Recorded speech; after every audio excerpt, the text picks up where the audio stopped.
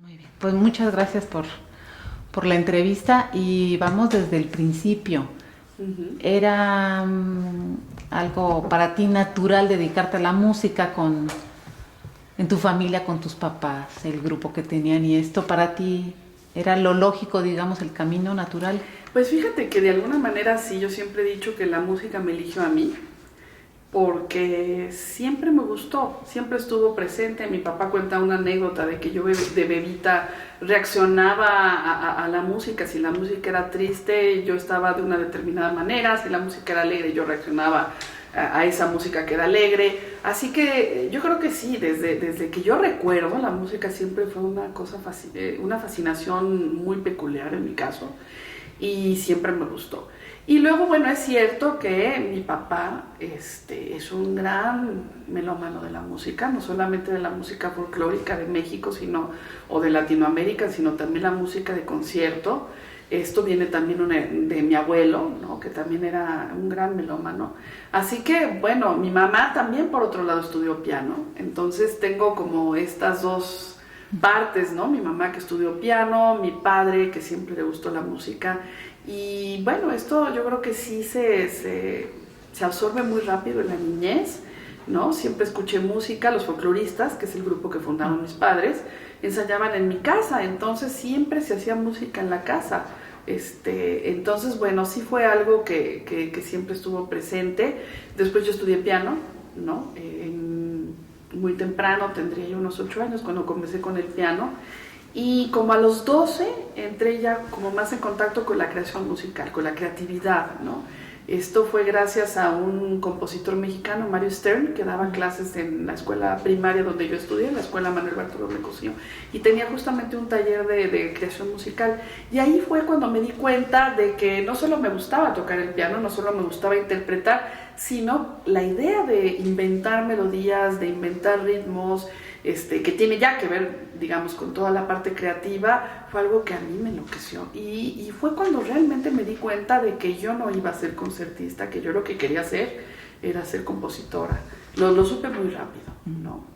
¿Cómo te diste cuenta? ¿Qué hubo? O sea, ¿hay algún momento en el que en contacto con el maestro que nos comentas lo supieras? Pues sí, porque mira, la idea de Mario era pues trabajar en grupos de una manera muy lúdica, porque yo creo que esto es un acercamiento pues muy directo, ¿no? Cuando eres joven, ¿no? Y entonces, bueno, había que inventar melodías, había que digamos, inventar canciones, ¿no? Y después se grababan, ¿no? Ese era como el premio, es que se grababan las canciones. Entonces teníamos instrumentos muy sencillos, que sí un pandero, que sí un xilófono, y yo inmediatamente lideraba los grupos. O sea, inmediatamente decía, bueno, tú cantas esta melodía, tú vas a hacer este ritmo, tú tocas este instrumento de tal manera. O sea, me di cuenta de que tenía esa vena, que se me ocurrían cosas y que las cosas funcionaban y eso fue fantástico. Luego estudié piano con otra maestra. Primero empecé con Graciela de Tapia, que era también la directora de la escuela donde yo estudié. Y después estudié ya con María Antonieta Lozano, que fue quien fundó esta escuela que ha dado muchos compositores, que es el CIEM. Y con María Antonieta ya de manera más formal empecé a tener ya más herramientas teóricas para poder anotar mi música. En general, pues mi música era para piano, no tenía todavía herramientas de orquestación. Pero ahí fue cuando ya realmente tuve un contacto ya mucho más directo. Y además, gracias a María Antonieta, empecé a conocer el microcosmos de Béla Bartók. Béla Bartók, que es este compositor húngaro, que hizo una serie de libros, son 6 libros, 6 volúmenes, en donde realmente uno va, digamos, gradualmente aprendiendo la técnica de la música contemporánea. Son piezas didácticas, ¿no? que poco a poco cada vez son más difíciles, ¿no? El volumen 6 es el más complejo de todos estos volúmenes.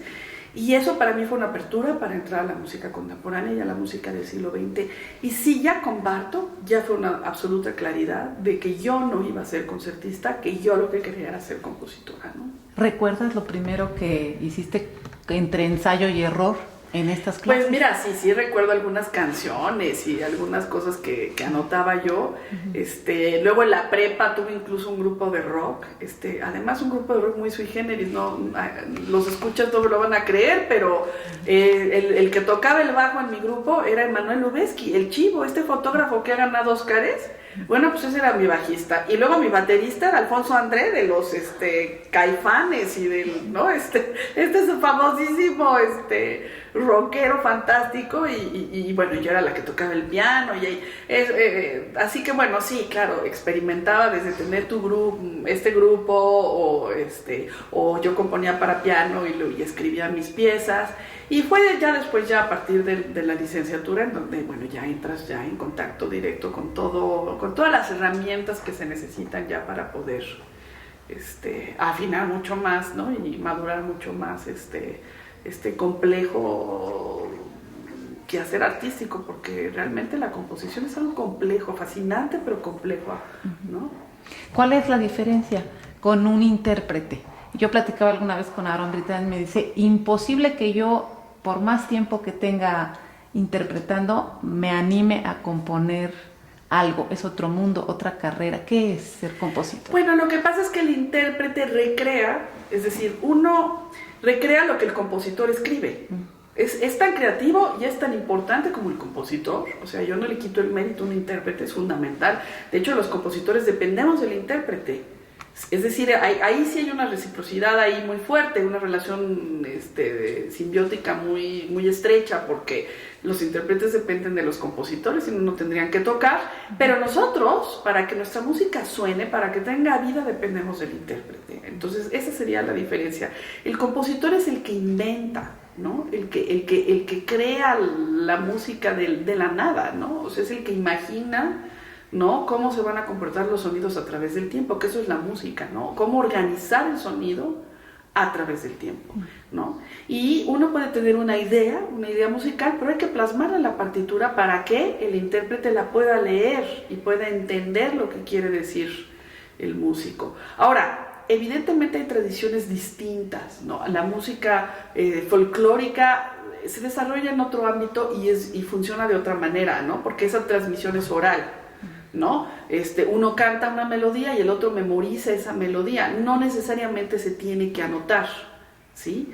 Pero en el caso de la música clásica es mucho más complicado, es más complejo en el sentido de que una orquesta sinfónica, estamos hablando de 80 músicos, entonces hay que anotar lo que están tocando esos 80 músicos, ¿no? Tiene que haber, no podrían, una sinfonía de Mahler que dura 1 hora y media, pues sería muy difícil que se memorizara, ¿no? Sería muy difícil pedirle a un músico de orquesta, oye, memoriza tu parte, ¿no?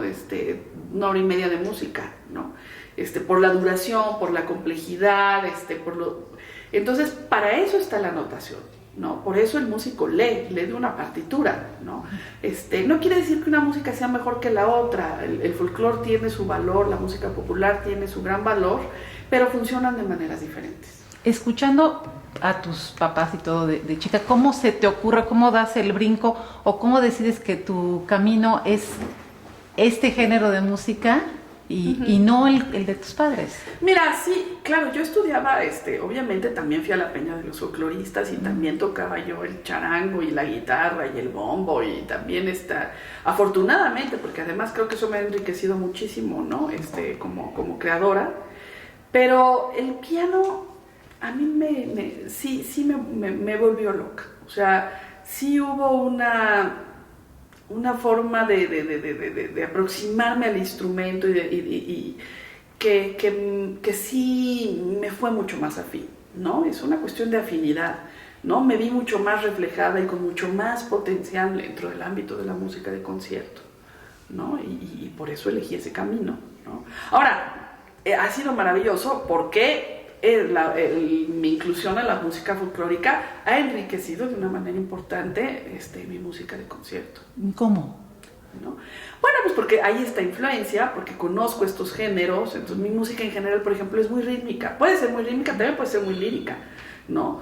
Y creo que esta parte del ritmo se me da de una manera realmente natural, no es que yo me lo proponga, sino que se da así porque creo que tiene mucho que ver con toda esta vivencia, con mi acercamiento al folclore, por ejemplo, ¿no? Me llamaba la atención, leía que decías es muy importante saber a quién se está escribiendo. Lo leía a propósito de algo que habías escrito, pero para tu esposo. Y yo te preguntaría, ¿se tiene que hacer investigación de todo esto antes de empezar a componer? Sí, claro que sí. El trabajo creativo tiene siempre una parte de investigación que es fundamental, ¿no?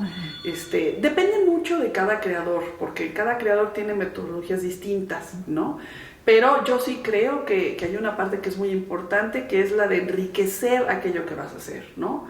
Te puedes enriquecer de una vivencia, de un poema, de un cuadro, o de estudiar otras partituras, ¿no? El aprendizaje de aprender de otros compositores, de los grandes compositores, es fundamental, ¿no? Es parte sustancial del trabajo creativo de cualquier compositor, ¿no? Por ejemplo, uno no tiene una orquesta sinfónica a la mano, pero si tú, por ejemplo, ves y ves una sección de la Consagración de la Primavera de Igor Stravinsky y dices, esto es fantástico, ¿cómo lo logró? Ahí hay que estudiar y hay que entonces analizar la partitura de Stravinsky para ver exactamente cómo es que él logra tal textura orquestal, ¿no? Y eso a uno realmente lo estimula, esto te ayuda a ti a tu propia creatividad, o sea que sí es fundamental, ¿no? Ahora, saber a quién le escribes también lo es porque eso te da muchos incentivos, ¿no? Yo acabo de terminar un encargo para la Filarmónica de Los Ángeles y es una orquesta maravillosa que va a dirigir Gustavo Dudamel. Para mí es una oportunidad de oro, ¿no? Porque sé que es una muy buena orquesta y que estoy con uno de los mejores directores del mundo. Entonces, claro que eso, pues, ¿cómo no te va a estimular? Es decir, ¿no? Si sabes que tienes músicos brillantes, músicos virtuosos que van a tocar tu música, pues eso obviamente es un incentivo importantísimo, ¿no? La acabas de terminar. Sí, la acabo de terminar. ¿Nos puedes contar de eso? ¿Cómo se llama? ¿Cuándo se estrena? Sí, se estrena en octubre, se estrena el 12 de octubre y es parte de este importantísimo festival que se llama Ciudad de México, que ha organizado la Filarmónica de Los Ángeles y que es parte también de estos 4 meses que se llama Pacific Standard LA, que lo está organizando el Paul Getty, que es este museo en Los Ángeles y que abarca una serie de exposiciones sobre arte latinoamericano. Y dentro de esta parte del Pacific Standard LA está este festival que se llama Ciudad de México, que lo organiza precisamente la orquesta, la Filarmónica de Los Ángeles. Así que, bueno, tengo la fortuna de tener este encargo por parte de la orquesta. Este es el segundo encargo, no es el primero. El primero lo hice hace algunos años y lo dirigió Esa-Pekka Salonen. Este es el segundo que hago para ellos. Por eso, además, con más razón sé lo importante que es y también la oportunidad tan fantástica, ¿no? de contar con una orquesta de ese nivel. Así que, bueno, y la pieza se llama Tenec, Invenciones de Territorio. ¿Y de qué narra? ¿Qué trata? Bueno, Tenec quiere decir hombre de aquí, en huasteco. Es de la región de la Huasteca. Y bueno, le puse además como subtítulo Invenciones de Territorio. Yo creo que para mí, en momentos ahorita que son políticamente muy delicados, ¿no? Que estamos viendo este problema del DACA, ¿no? Que a mí me parece una de las crueldades más terribles, o sea, me parece que de expulsar y truncar la carrera de 600,000 jóvenes, ¿no? Deportarlos y truncarles todo su posibilidad de desarrollo, me parece una crueldad sin precedentes, ¿no? Me parece que además la relación México-Estados Unidos se ha dañado, obviamente lo sabemos, ¿no? Por este presidente tan racista y completamente fuera de toda proporción de lo que humanamente uno considera como correcto, ¿no? Y entonces, bueno, yo la verdad es que pues, no me podía como mantener tan al margen de una cuestión que estoy completamente en contra, ¿no? De construir un muro en aras de qué y por qué, ¿no? De dividir de saber que esto se va a estrenar en California y saber que California era México y que la gente que estaba antes es la gente que ahora tienen que expulsar, o es la gente que ahora tienen que sacar, o es la gente que más ha sufrido cuando fue la gente que llegó primero, ¿no? Que esa es la historia de este continente, ¿no? Que la gente más marginada es la gente que estaba aquí, ¿no? A mí me ha hecho cuestionar una serie de cosas de por qué la existencia de fronteras, por qué la existencia de muros, por qué estas divisiones que son realmente artificiales, que tienen que ver con problemas políticos y económicos, pero es tan simple como tener el derecho a estar aquí, como lo dice el nombre, Tenec, soy de aquí, hombre de aquí, ¿no? Todos somos de aquí, todos compartimos el mismo planeta. ¿Por qué dividir? ¿Por qué, no? ¿Por qué construir muros? Entonces, esta pieza para mí es obviamente la música es abstracta, no dice un texto, no está hablando yo no puedo protestar diciendo un texto, pero sí habla de esto. O sea, el título alude a esta inconformidad, por lo menos de mi parte, de por qué dividir, por qué separar, por qué no reconocer la otredad, ¿no? Por qué no reconocer las diferencias del otro, ¿no? Y habla de esta problemática que me parece absolutamente seria, ¿no? Me entristece porque además ha sido una constante a través del desarrollo de la humanidad. Es algo como que ya deberíamos de haberlo superado y sigue ahí, ¿no? Los problemas raciales siguen ahí, las divisiones siguen ahí, los pleitos por el poder siguen ahí, pareciera que no aprendemos, ¿no? A través de la historia. Entonces es un poco esto, ¿no? Esta pieza habla de esto. Piezas para todo un concierto, ¿esta es la tercera? Contando el estreno que acabas de tener. No tengo más obras de orquesta. Okay. No, muchas más. Para una gran orquesta. Para una orquesta sinfónica, sí, tengo mucho más obras. Tengo Concierto Candela, el doble concierto, tengo Altar de Viento, Óminum, Altar de Fuego. No, tengo más obras. La que se acaba de estrenar en Bellas Artes. Óminum. Cuéntanos de esta pieza. Pues esta pieza también tiene algo que ver, no necesariamente con la cuestión de territorio, de fronteras y de divisiones, pero Óminum también tiene que ver con la condición humana, ¿no? O sea, es una pieza que tiene 4 movimientos, ¿no? El primer movimiento se llama negro, el segundo se llama luz, el tercero es en agua y el cuarto es rojo. Es curioso porque es de los primeros trabajos que de alguna manera yo pude experimentar una especie como de sinestesia, ¿no? Uh-huh. Esto se ha hablado mucho, no soy la primera compositora en trabajar con cuestiones de sinestesia, digo, lo hace Scriabin, lo han hecho otros músicos, pero en mi caso, de pronto, cuando yo estaba empezando a escribir la música de Óminum, empecé a ver colores, sensaciones. Por ejemplo, cuando escribí el tercer movimiento en agua, yo veía, o sea, de verdad, una cosa muy extraña, que a veces es difícil como explicarlo de una forma racional, pero de pronto yo estaba como con esta sensación de colores verdes, de colores azules, de esta cuestión como de levitar o de flotar, y de repente dije, es agua, ¿no? Es el elemento del agua, son los colores, ¿no? Esto me pasó mucho, por ejemplo, con ese movimiento. Después me pasó, por ejemplo, con el último movimiento, que es muy enérgico, que al revés, ¿no? Lo que veía era como rojos, ¿no? Mucha fuerza. Entonces, por un lado, tiene esta relación con estas metáforas que tienen que ver con los colores y esta cuestión de la sinestesia, pero por otro lado, y esto me ayudó mucho Alejandro Square, mi esposo, que estudió sociología, no solamente es flautista, sino que él sí estudió la carrera de psicología, de sociología, y hablamos mucho de cómo trabajar esto hablando de la condición humana, ¿no? De cómo nos hemos conformado como sociedad, ¿no? Por ejemplo, luz es un movimiento que habla no solo de la luz, pero también de la metáfora de la luz como la iluminación, como la ilustración, como el mundo de las ideas, ¿no? Negro como el mundo de una sociedad primitiva que está por gestarse, ¿no? Rojo como la desigualdad social, como el enojo de la impunidad, ¿no? Y en agua también del equilibrio, no solo de flotar y estas imágenes que yo tenía, pero sí, sino también de buscar el equilibrio, ¿no? De buscar una sociedad que sea más equilibrada, ¿no? con menos desigualdad social, con más justicia, ¿no? Entonces son metáforas, en realidad son metáforas. Ahora, esto es porque la pieza me la comisionó el Instituto Nacional de Bellas Artes para celebrar los 100 años de la Constitución de México. ¿Y qué decir sobre la Constitución? Ese era otro problema, ¿no? ¿Y qué celebrar, ¿no? ¿Qué celebrar de la Constitución?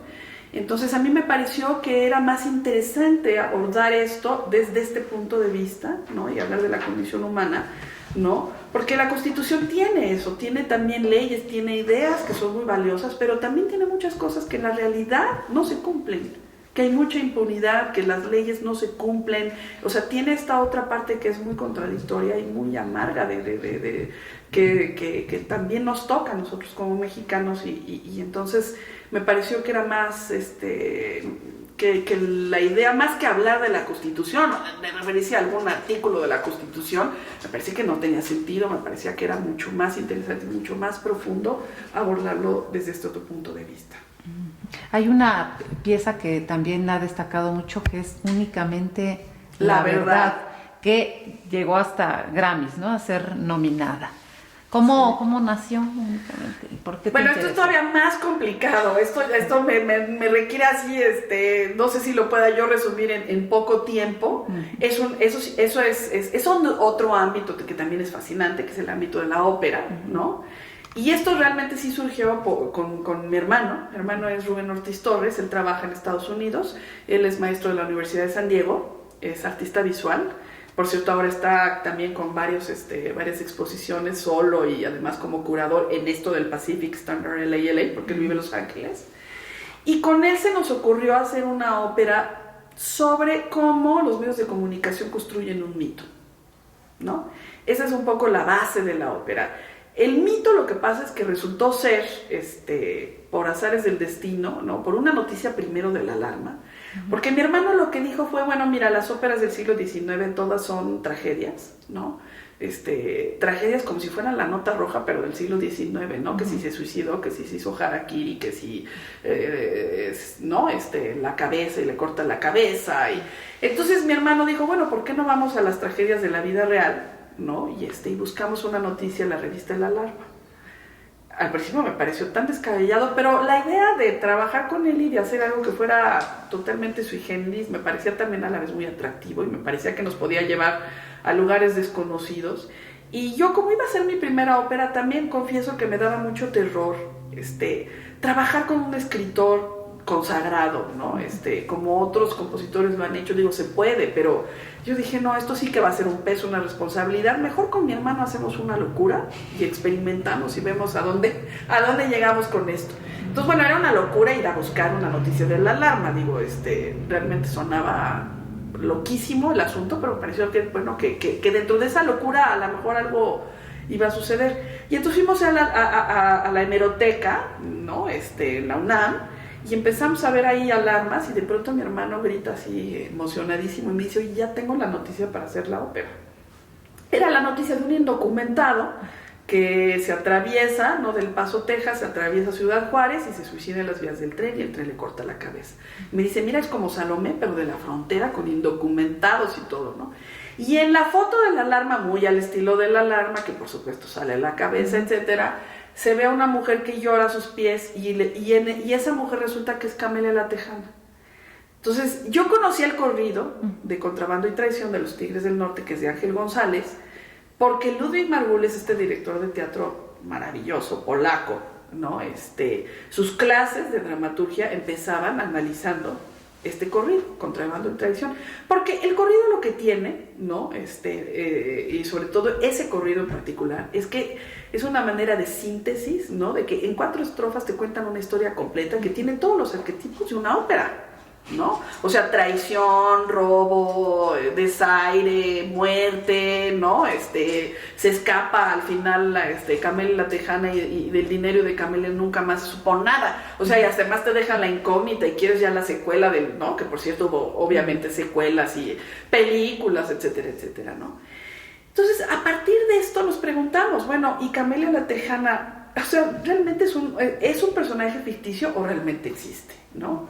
Y a partir como de mi hermano y yo nos pusimos como en el papel del periodista, ¿no? Empezamos como a investigar a través de todo tipo de cuestiones, de entrevistas, ¿no? O sea, yo por ejemplo recuerdo que una vez entrevisté a un taxista y le dije, oiga, ¿usted cree que existe Camelia la Tejana? Y dijo, claro que sí. Si lo dice el corrido es que es verdad, ¿no? Entonces, bueno, obviamente empezamos como a indagar que había muchas camelias, no solamente era Camelia la del corrido, sino que había una Camelia que había salido en una entrevista en TV Azteca, que era una mujer, que se decía que había sido Camelia la Tejana, pero que después se había entregado al Señor y ahora era evangelista, ¿no? Y predicaba el evangelio. Después apareció otra mujer que entrevistamos en Ciudad Juárez, porque fuimos a filmar a Ciudad Juárez, y allí entrevistamos una mujer que ella era Camelia, pero que también había pasado por malos caminos, pero que ya estaba en el camino del bien. Y luego vimos una entrevista de César Güemes en La Jornada, ¿no? Que es el periódico intelectual de izquierda, en donde también había una tal Camelia la María que también decía que era Camelia la Tejana.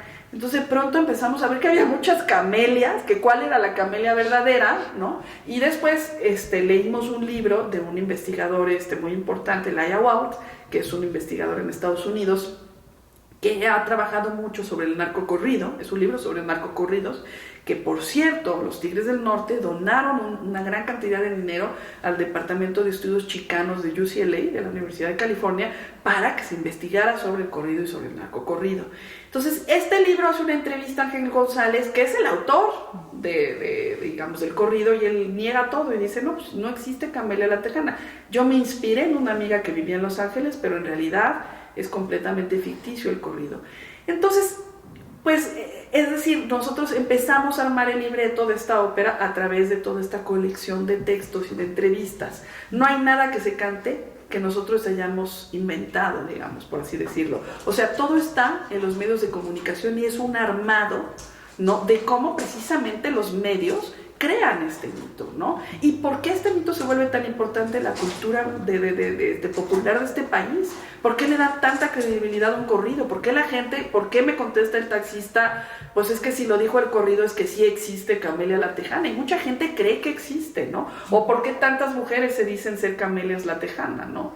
Entonces es un poco así, de esto es lo que se trata la ópera. Ahora, es una ópera polémica porque la puesta en escena de Mario Espinosa, esto se estrenó en 2010 y es cuando nunca nos imaginamos, ¿no? Cuando yo empecé este proyecto tiene muchos años, nos tardamos muchísimo en gestar el proyecto, pero cuando empezamos con este trabajo era en 1990, 91, esto se estrenó en 2010, 20 años después de que teníamos la idea y que la idea daba vueltas y pasaron mil cosas, finalmente lo pudimos hacer, y cuando se hizo, pues era un momento en el que la guerra contra el narco había tomado un vuelo que yo nunca me hubiera imaginado, que íbamos a los niveles que hemos llegado, ¿no? Con la cantidad de muertos que hemos tenido y con la cantidad de violencia que se ha generado por este tema tan complicado, ¿no? Entonces, pues eso tenía que estar también representado en la escena. Entonces Mario hace digamos, porque la ópera no se trata de eso en realidad, se trata de los medios y de este mito, pero Mario hace como una historia paralela de la violencia en México, ¿no? Y de todo lo que ha generado también esta guerra esta guerra por el narcotráfico, y entonces, bueno, es una ópera polémica. Realmente es una ópera que ha generado mucha polémica, ¿no? Mucha gente decía que cómo yo ponía a cantar a cantantes de ópera cantando el periódico. Claro, ese es el chiste, pero pues mucha gente lo criticó. En fin, mucha gente no entendió, pero bueno, es parte como de tomar estos riesgos, y para mí ha sido fascinante, ha sido una aventura increíble. Nunca pensé que después lo fueran a nominar al Grammy, ¿no? Tan polémica y tan compleja que ha sido esta puesta en escena y este proyecto, que tampoco me imaginé que fuéramos a ganar las lunas del auditorio, porque primero ganamos ese premio compitiendo con Plácido Domingo. Yo dije, jamás le vamos a ganar a Plácido Domingo, y de pronto ganamos, y luego vino la nominación al Grammy. Entonces, bueno, ha tenido una historia muy sui generis ese proyecto. Sí, sin querer, algo me has contado del método. ¿Tú tienes un método de trabajo? Fíjate que depende de cada obra, ¿eh? O sea, la metodología se ajusta a lo que yo en ese momento tengo que investigar o tengo que decir. En realidad el método no es el objetivo de mi trabajo. El método es una herramienta, ¿no? Y siempre se lo digo a mis alumnos. O sea, el método per se, por sí solo, no te hace una buena obra de arte. O sea, son herramientas, sí, herramientas. O sea, yo necesito ahorita utilizar esto porque me va a servir para comunicar una idea determinada, ¿no? Entonces depende mucho de la investigación y depende mucho del proyecto, de la obra, para hablar un poco de la metodología que yo trabajo, ¿no? Si trabajas, por ejemplo, en el caso de una ópera, pues tienes el texto. El texto es una idea fundamental, ¿no? Estás al servicio del drama, del teatro, ¿no? En cambio, una obra de orquesta sola es una cuestión mucho más abstracta, ¿no? Que por supuesto tiene que estar bien escrita y tiene que ser idiomáticamente funcional para que lo pueda interpretar una orquesta, pero no tienes un texto, ¿no? Hay, bueno, has trabajado lo mismo, la ópera, los conciertos para cuartetos, en fin. ¿De todo esto hay algo que te haya significado un reto mayor, que te interese mucho más a lo mejor trabajar que otras piezas? No sé si que me interese mucho más, porque ahora estoy en una posición, o afortunadamente, y además ha sido también una decisión mía, de aceptar ya realmente a estas alturas de mi carrera proyectos que me signifiquen. No, ya no acepto algo que definitivamente no estoy convencida o no lo quiero hacer, ¿no? Esto al principio, cuando uno está joven y estás empezando tu carrera y te tienes que abrir paso, a veces aceptas proyectos que no estás al 100% convencido de que hay que hacerlos, pero los haces porque te tienes que abrir estas brechas, ¿no? O por necesidades económicas o diversas razones, ¿no? Afortunadamente yo ahorita pues doy clase en la Facultad de Música, ¿no? Este es un trabajo que a mí me da mucha solidez en ese sentido, y entonces me puedo permitir ya elegir proyectos que realmente me signifiquen, ¿no? Siento que ya me siento todavía joven, pero el tiempo pasa, ¿no? Y ya no quiero desperdiciar mi tiempo, sé muy bien lo que quiero hacer, ¿no? Entonces sí, ahora sí puedo decir esto sí, esto no es para mí, ¿no? O sea, tengo mucho más claridad, ¿no? Hay veces que son terrenos desconocidos y que por eso los aceptas también, porque siempre un terreno desconocido te puede enriquecer, ¿no? O sea, siempre pues renovarte a ti, renovarse a sí mismos es importante, ¿no? Pero también sé lo que no quiero hacer, ¿no? Entonces eso sí te lo podría decir, o sea, esto no, esto sí. Ahora, dentro de eso, una ópera es dificilísimo, pero es fantástico también, ¿no? Es una de las cosas más complejas para un compositor, creo yo, ¿no? Pero también es fascinante porque intervienes con otras disciplinas artísticas, entonces el trabajo de un compositor es un trabajo solitario. En general estás tú solo, ¿no? Tú te enfrentas solo al papel blanco y a un lápiz y a imaginar sonidos, ¿no? El momento en el que ensayas ya con una orquesta es fantástico. Ahí sí, bueno, interactúas con los músicos, pero, o sea, a mí Ómino me tomó un año escribirlo y me tomó una semana el ensayo de Ómino. O sea, una semana contra un año de estar sola, encerrada en mi estudio, ¿no? Imaginando sonidos, ¿no? Entonces, realmente una ópera sí tiene eso, que como ya trabajas con un texto, desde el principio pues interactúas con quien está escribiendo el texto, con el libretista, desde el principio estás ya pensando en la escena, sabes que vas a trabajar con un director de teatro, que vas a colaborar con un escenógrafo, y eso la verdad es que te sale un poco de este ámbito que puede ser tan solitario, que es fascinante también, pero que de pronto es muy enriquecedor también relacionarte con otras disciplinas, y eso a mí me ha parecido increíble, ¿no? Ahora, difícil, muy difícil. Hablando de otras disciplinas, también has trabajado en cine. Sí. ¿Cómo ha sido esta experiencia? Por la Libre, has estado por la Sí, Libre, y hay sí. otras dos más. Fronterilandia, que hice con mi hermano justamente. Ajá. Y con Jesse Lerner, que son quienes ahorita están haciendo una curaduría, por cierto, de una nueva exposición que se llama How to Read de Pato Pascual, que es justamente parte de esto del Pacific Standard LA. Mira, Con mi hermano, pues como es artista visual y es mi hermano, la verdad es que tuve como mucha libertad de trabajo. Había una sección que había que musicalizar, pero era una sección sin diálogos, entonces la música sí se vuelve muy importante y es un momento muy surrealista de la película, entonces la verdad es que había mucha libertad ahí para trabajar en ese sentido. Cuando hice Por la Libre es un largometraje, fue muy divertido, fue muy interesante trabajar con Juan Carlos Illaca, pero estás hablando de un largometraje mucho más comercial, mucho más estándar, ¿no? Que me gustó mucho la película, esto no le demerita para nada la calidad de la película, pero ya era otro mundo, ¿no? Entonces aquí sí estabas al servicio de una escena, de un diálogo, de un momento que está sucediendo en la película, pero afortunadamente Juan Carlos es una gente sumamente sensible con la cual pudimos dialogar mucho para saber qué era lo que Juan Carlos quería hacer, qué era lo que estaba buscando, y en ese sentido pues fue realmente muy enriquecedor. Y de las últimas experiencias con cine, viene esta última, que es bastante sui generis porque es completamente al revés. Es Carlos Reigadas, quien escucha mi concierto para timbales y orquesta, mi concierto Voltaje, le gusta mucho y entonces crea una escena de su última película alrededor del concierto.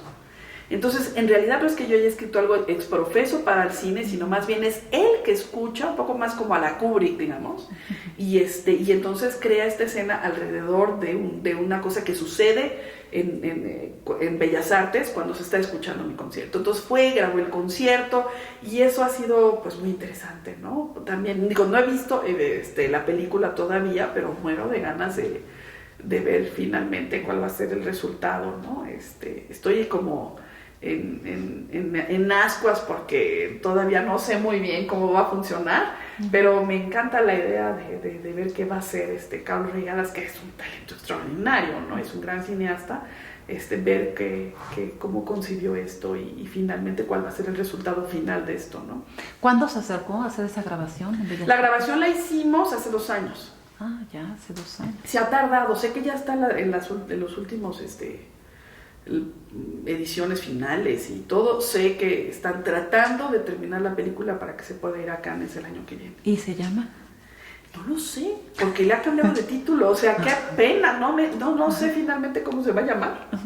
Me voy a regresar un poco más a la composición. Si no hubieras sido compositora, ¿qué hubiera pasado contigo? Es decir, ¿en qué punto de tu vida te ajusta, te ordena, qué te da la composición? Ay, qué difícil, porque es que fue tan absorbente la composición. Míralo, hice otra actividad que me costó mucho trabajo dejarla y que me fascina, que era que bailaba flamenco.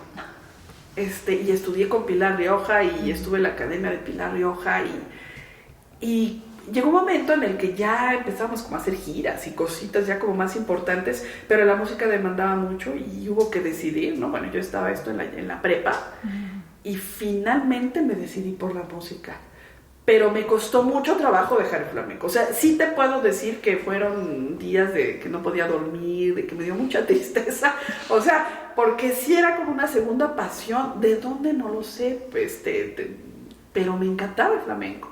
Y lo acabo de comprobar ahora que estuve viviendo en Barcelona en el año sabático que estuvimos 1 año, Alejandro y yo acabamos de regresar y fui a Madrid a ver a Sara Pajes.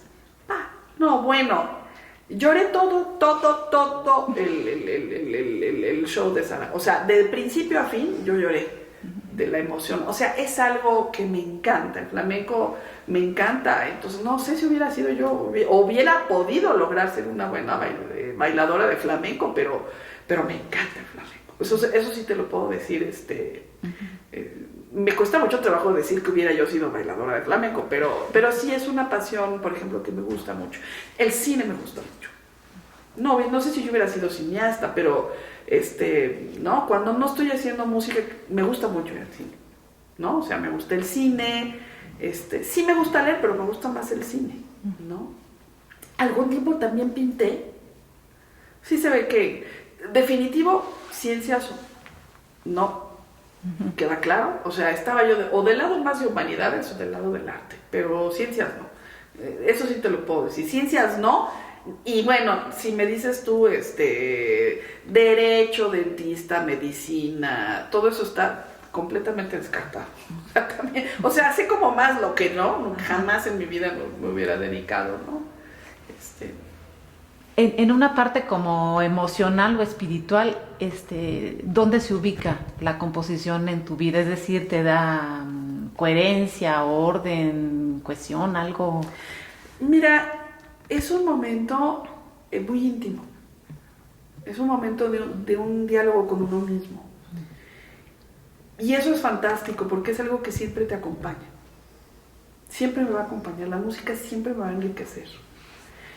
Yo cuando veo, ¿no? ¿Cómo puedes ver, por ejemplo, tu vejez, ¿no? Yo he visto muchas veces, se da mucho en las mujeres, por ejemplo, que la carrera la volcan totalmente a los hijos y a la maternidad o al marido, ¿no? Esto está cambiando, obviamente, pero ¿cuántas mujeres no optaron por ese camino? Y cuando ya no tienen nada de esto, o cuando quedan viudas, o cuando el marido fallece, o cuando ya no hay casa, o cuando ya se les van los hijos, tienen un vacío. O sea, porque ¿qué les queda? O sea, porque no cultivaron nada para ellas mismas, ¿no? La música siempre te acompaña. No estoy sola, estoy con mi música. Y eso para mí es maravilloso, es algo de lo cual estoy completamente agradecida, porque sé que siempre tengo estos momentos. Entonces yo no tengo miedo a la soledad, porque no estoy sola. Cuando estoy sola es porque necesito estar sola para tener tiempo para imaginar, para producir, para hacer mi trabajo. Siempre tengo ese refugio, y si no, tengo la facilidad y el disfrute de escuchar a Mahler y de que Mahler me acompañe, o me acompañe Stravinsky, o me acompañe Debussy. No me siento sola, ¿no? La música me nutre el alma todos los días, ¿no? Y yo creo que la música tiene esa capacidad, sí, no solo conmigo, sino con los demás. El arte tiene esa capacidad, no solo la música, es que el arte en general tiene la capacidad de eso, ¿no? De enriquecerte el alma, de hacerte mejor ser humano. Y eso es una compañía, y eso no dependes de nadie más que de tú mismo disfrutar y de escuchar, o de abrirte a lo que te da la vida, la naturaleza, abrir una página de un libro y disfrutarla, de ver un cuadro, y eso es fantástico. Simplemente depende de tu capacidad de disfrute y de tu apertura y de tener cierta sensibilidad hacia todo esto, ¿no? Hablabas de dar clases, y yo te diría, ¿qué recibiste tú? La importancia, por ejemplo, de Mario Lavista, y decías muy difícil la ópera, de Federico Ibarra, en tu formación, de los dos. Los dos fueron profesores tuyos, ¿verdad? Sí, los dos fueron profesores míos. No sé a qué te refieres de muy difícil la ópera de Federico Ibarra. No, que decías es muy difícil componer en ópera, pero fue profesor tuyo además. Sí, Federico Ibarra, que ha hecho mucha ópera. No, bueno, les debes mucho a tus profesores, por supuesto. Yo les debo muchísimo. De ambos aprendí cosas muy distintas, ¿no? En realidad estudié un poco más a profundidad con Mario. Me considero un poco más alumna de Mario Lavista. Un gran ser humano, ¿no? Un compositor además fantástico que admiro, y que además Mario tiene esa generosidad de compartir. Creo que eso es muy importante. Cualquier maestro tiene que tener la generosidad de compartir, ¿no? Y afortunadamente a mí me tocó el Mario joven, el Mario generoso. Bueno, siempre ha sido generoso, ¿no? Pero Mario siempre llegaba y te traía partituras, y te prestaba libros, y te prestaba su tiempo, te dedicaba su tiempo, ¿no? Y para mí eso, bueno, estoy eternamente agradecida por eso, ¿no? Y siempre Mario tuvo esa capacidad además de respetar y de que cualquier crítica siempre con este afán de construir, no de destruir, ¿no? Que eso es algo muy importante en los maestros, ¿no? Si nosotros vamos a cuestionar o hacer una crítica a un alumno, tiene que ser una crítica constructiva. No puedes llegar a destruir ¿no? Eso puede ser muy dañino y puede destruir las carreras de las gentes, ¿no? A tus alumnos, ¿qué te interesa transmitirles? Pues mucha pasión por lo que hagan, o sea, cuestionarlos, cuestionarlos en ese sentido. O sea, yo creo que la música sí, es una carrera difícil. Es una carrera difícil porque no puedes vender tu trabajo, es decir, así nada más, voy a salir, voy a vender mi partitura. No, o sea, es complejo, vivir de eso es complicado. O sea, no es una cosa comercial, ¿no? Si hiciéramos algo comercial, pues estaríamos tratando de hacer Despacito. O sea, es lo que yo trato. No, si se trata de hacer algo comercial y de ganar dinero, pues estaría yo en otro ámbito, ¿no? Estaría yo en ese mundo, ¿no? Entonces es un mundo difícil. Y creo que si no tienes la pasión, pues sí que va a costar trabajo, ¿no? O sea, yo sí creo que es muy importante de veras tener pasión por las cosas, ¿no? En cambio, cuando hay pasión, pues ya no hay impedimentos. O sea, cuando algo te gusta, pues lo haces porque es una necesidad que va más allá, ¿no? Va fuera del control, o sea, ¿no? Entonces lo vas a hacer. Por un lado, yo trato de transmitir eso, y por otro lado trato de que vivan la vida. Porque si no viven la vida con intensidad, no van a tener que decir. Y eso sí lo tengo clarísimo. O sea, un artista que no vive, que no cuestiona, que no sufre, es decir, porque es parte de la vida, ¿no? O sea, el vivir, no conozco a nadie que no haya en un momento dado sufrido. Todos nos pasa algún desamor o ¿no? Todas estas cosas pasan, son parte de la vida misma, ¿no? Entonces, pero si eso tú lo canalizas en algo artístico, creo que puedes salir adelante, creo que puede ser muy sanador y eso te ayuda a ser mejor persona y a salir adelante, ¿no? Eso yo sí creo que es así, y sí creo que uno tiene que comunicar, y eso, para nutrir tu creatividad tienes que vivir, ¿no? Tienes que ver qué pasa, tienes que abrir la sensibilidad a todo lo que te rodea, ¿no? Yo no les puedo dar una idea al alumno, yo no puedo llegar con la idea y dárselas. Ellos tienen que venir con algo. Yo lo que puedo es estimular esa idea, yo lo que puedo es tratar de guiarlos para que esa idea la digan de una mejor manera, ¿no? La puedan expresar de mejor manera, pero no se las puedo dar. O sea, en ese sentido no se enseña la composición, no se puede enseñar, ¿no? En ese sentido, ¿no? Y creo que en eso también tiene que haber mucho respeto, porque también un creador tiene el derecho a inspirarse en lo que uno quiera. Es un derecho único de cada creador. Tú no puedes llegar tampoco y imponerle al artista qué es lo que tiene que hacer. No puede ser, ¿no? Ahí sí tiene que haber libertad absoluta, ¿no? Coartar la libertad es algo muy peligroso, no se puede. No se puede, ¿no? Y menos en un aspecto creativo, ¿no? Puedes cuestionar, sí, ¿no? Pero el alumno finalmente tiene que encontrar la solución a sus propios problemas y tiene que traer una idea, tiene que tener esa necesidad de comunicación, porque si no, pues no se puede, ¿no? Hay cosas muy interesantes de tu trayectoria, por ejemplo, ser la primer compositora en ingresar como miembro de la academia. ¿Cómo fue para ti? Pues mira, por un lado, bueno, es un honor obviamente pertenecer a la academia. Estoy muy honrada de que la academia me haya considerado y bueno, que yo sea miembro de la academia. Por otro, bueno, te habla de un problema que no debía, en realidad, pues híjole, pleno siglo XXI y ser la primera mujer compositora que ingresa a la academia, me deja mucho que pensar. Es como ¿no? Cuando leía yo el año pasado que Kaya Sariajo, con esta ópera L'amour de Rouen, era la primera mujer en 100 años en presentar una ópera en el Met. En 100 años yo no puedo creer que no hubiera habido más mujeres que no hubieran podido presentar un trabajo de calidad en el Met, ¿no? Esto te habla, pues, de que a la mujer nos ha costado mucho trabajo ganar terreno y que la equidad de género ha sido algo que ha sido de mucho trabajo, ¿no? De mucha perseverancia y de mucho cambio, ¿no? Por supuesto, las mujeres compositoras donde más se dan, pues es en el siglo XX, ¿no? Porque pues en el siglo XIX, pues Clara Schumann tenía 18 hijos. Honestamente, ¿a qué hora se iba a dedicar a la composición? ¿No? Si con uno se hace unos líos espantosos, o con dos, con tres ya me parece una locura, ahora 18, bueno, no, pues ya, yo no, ya no, ya eso ya para mí es la locura absoluta, ¿no? O sea, ¿cómo le hacían? No, yo creo que esto ha sido también, hay que hacer una revisión histórica de todo esto, porque bueno, la mujer no tenía ni acceso a la educación, no podía votar.